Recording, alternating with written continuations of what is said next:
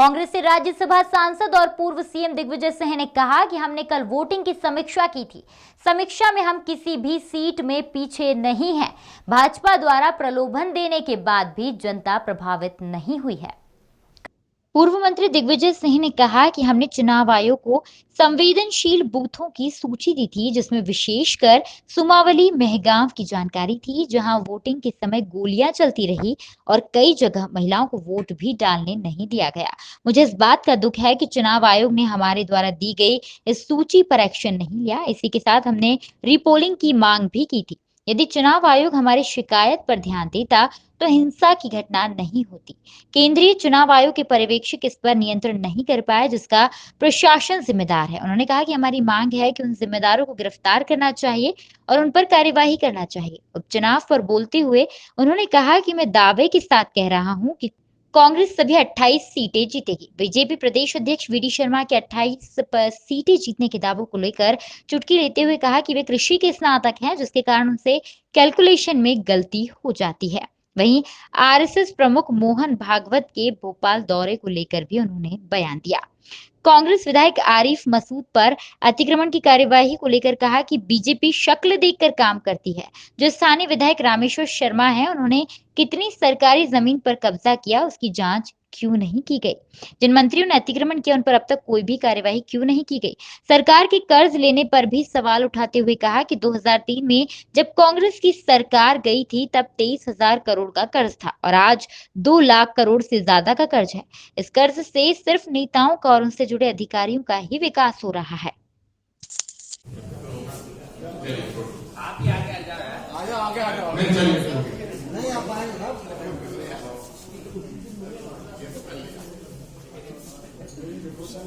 समीक्षा में ये बात सामने आई है, कोई ऐसी सीट नजर नहीं आ रही है जहां हम लोग पीछे हो। जनता चुनाव लड़ रही थी और पूरे हिम्मत के साथ प्रलोभन देने के बावजूद भी किसी प्रकार से वे प्रभावित नहीं कर पाए। हमें दुख इस बात का है कि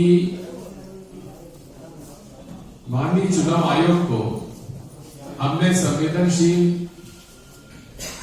मतदान केंद्रों की सूची दी थी और विशेषकर हमने सुमावली क्षेत्र की और मेहगांव क्षेत्र के लिए जो संवेदनशील मतदान केंद्रों की सूची दी थी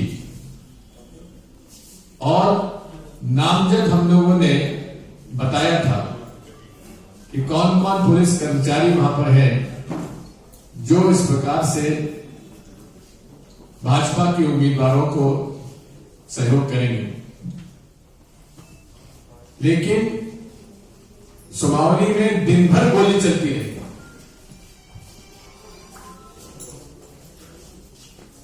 महिलाओं को, गरीबों को वोट डालने नहीं दिया गया। मतदाताओं ने शिकायत की कि हमें वोट डालने के लिए मौका नहीं मिला। सारे हमारे प्रतिनिधिगण जिन्हें क्षेत्र का ऑब्जर्वर व जिम्मा सौंपा था, उनमें पूरे तरीके से ये नतीजा सामने आया है। कोई ऐसी सीट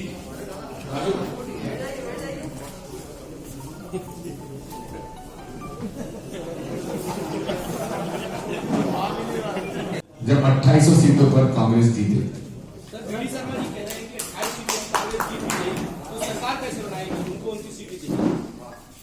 वो भूल जाते हैं वे कृषि के स्नातक हैं, शायद कैलकुलेशन में कहीं गलती हो जाती है। अभी 229 है 229 के लिए बहुमत होता है 115, 87 और 28 कितने होते हैं? 115। तो शायद वो गणित में कमजोर है। कोई नियंत्रण नहीं होना चाहिए और उन पर कोई कार्रवाई नहीं होना चाहिए, लेकिन कोई पत्रकार यदि आपराधिक कृत्य में शामिल हो तो फिर उसके साथ कोई छूट भी नहीं मिलना चाहिए। लेकिन बीडी शर्मा कहना है दिग्विजय सिंह जी की कांग्रेस इसलिए ऐसा होगा, आपको यह आरोप लगा है? ऐसा है, इनको सोते जागते सपना दिग्विजय सिंह के आता है। तो सरकार कैसे बनाएगी? उनको उनकी सीटें चाहिए। वो भूल जाते हैं, वे कृषि के स्नातक हैं, शायद कैलकुलेशन में कहीं गलती हो जाती है। अभी 229 है, 229 के लिए बहुमत होता है 115, 87 और 28 कितने होते हैं? 115। तो शायद वो गणित में कमजोर है। मध्य प्रदेश में जो 28 उपचुनाव हुए हैं उनके लिए हमारे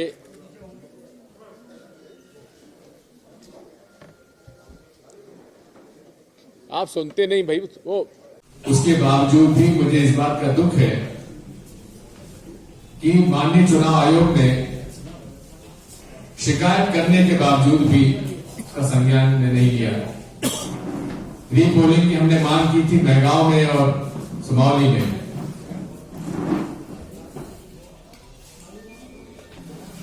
अगर हमारी बात पर ध्यान देते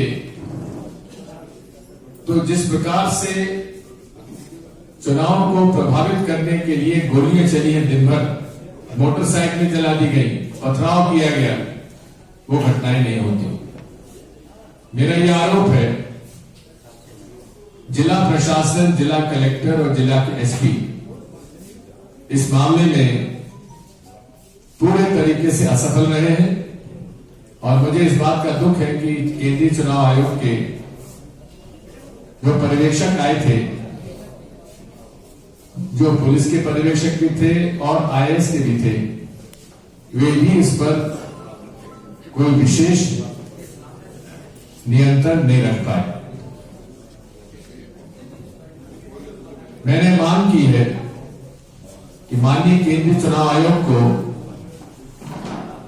इन सारी घटनाओं के लिए लोगों की जिम्मेदारी तय करना चाहिए और जो मतदान के समय गोलियां चली, लोगों को मारा पीटा गया, मारने की धमकी दी गई, गाड़ियां जलाई गई, उन्हें तत्काल न केवल गिरफ्तार किया जाए लेकिन उनके सख्त से सख्त सजा दिलाने का प्रयास किया जाए। और जिन अधिकारियों ने शांतिपूर्ण मतदान कराने में जो असफल रहे हैं, उनकी गोपनीय प्रतिवेदन में, उनके कॉन्फिडेंशियल रिपोर्ट में डिरेक्शन ऑफ इलेक्शन ड्यूटी के कमेंट्स उसमें नोटिस करना चाहिए।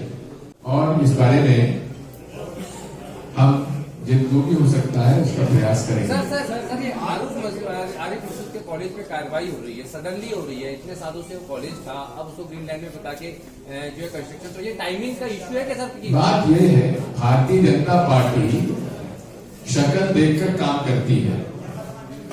जो स्थानीय विधायक यहाँ के हैं, रामेश्वर शर्मा जी, उन्होंने कितनी सरकारी जमीन पे कब्जा कर रखा है, किसी ने उसकी जांच की है क्या आज तक? या नियमों को तोड़कर यहाँ के माननीय मंत्री जो है, उन लोगों ने जो यहाँ पे नियमों को तोड़कर जो काम किया हुआ है, उस पर कार्रवाई क्यों नहीं करते? सर, सरकार ने कल फिर 1000 करोड़ का कर्जा लिया है। पिछले 7 महीने में 9 बार कर्जा लिया। बात यह है कि केंद्र सरकार से जो जीएसटी का कंपनसेशन मिलना चाहिए वो नहीं मिल रहा है, हर प्रांत में दिक्कत है। लेकिन सिंधिया जी बोलते खजाने खोल दिए, ये खजाने में जब पैसा नहीं है तो खाली खजाने को खोलने का मतलब क्या है? सिंधिया जी बताएं तो कि कौन सा खजाना है जो कि शिवराज जी ने खोल दिया और जो कमलनाथ जी ने चाबी में बंद कर रखा। बता दो दे कि वे बाकी सब अपने जो संगठन का कार्य वो करें, लेकिन जो एक मॉरल कैरेक्टर होना चाहिए राजनेताओं का, आपके संघ के प्रचारकों का, उस पर भी तो ध्यान दें। सर, जो नए लोग शामिल हुए हैं बीजेपी में, उनको भी ट्रेनिंग की जरूरत है क्या? उनको तो 35 करोड़ रुपए मिल गए, तो काम हो गया। सर, जिस वजह से 10 तारीख के बाद शिवराज जी कहेंगे कि सिंधिया की वजह से हम लोग हार गए, और सिंधिया जी कहेंगे कि शिवराज जी की वजह से हम लोग हार गए। ठीक कहा कमलनाथ जी ने। सर, जिस तरह से विधायक आखिर तक जिस तरह से विधायक राहुल लोधी तक जिस तरह का सिलसिला चला, तो ये रिजल्ट जो आप लोग दावा कर रहे हैं, इस तरह की संभावनाएं तो और बढ़ेंगी, तो क्या आपकी रणनीति? देखो बात यह है, टिकाऊ टिकाऊ रहता है, टिकाऊ टिकाऊ रहता है, तो उसको देखते हैं क्या होता है।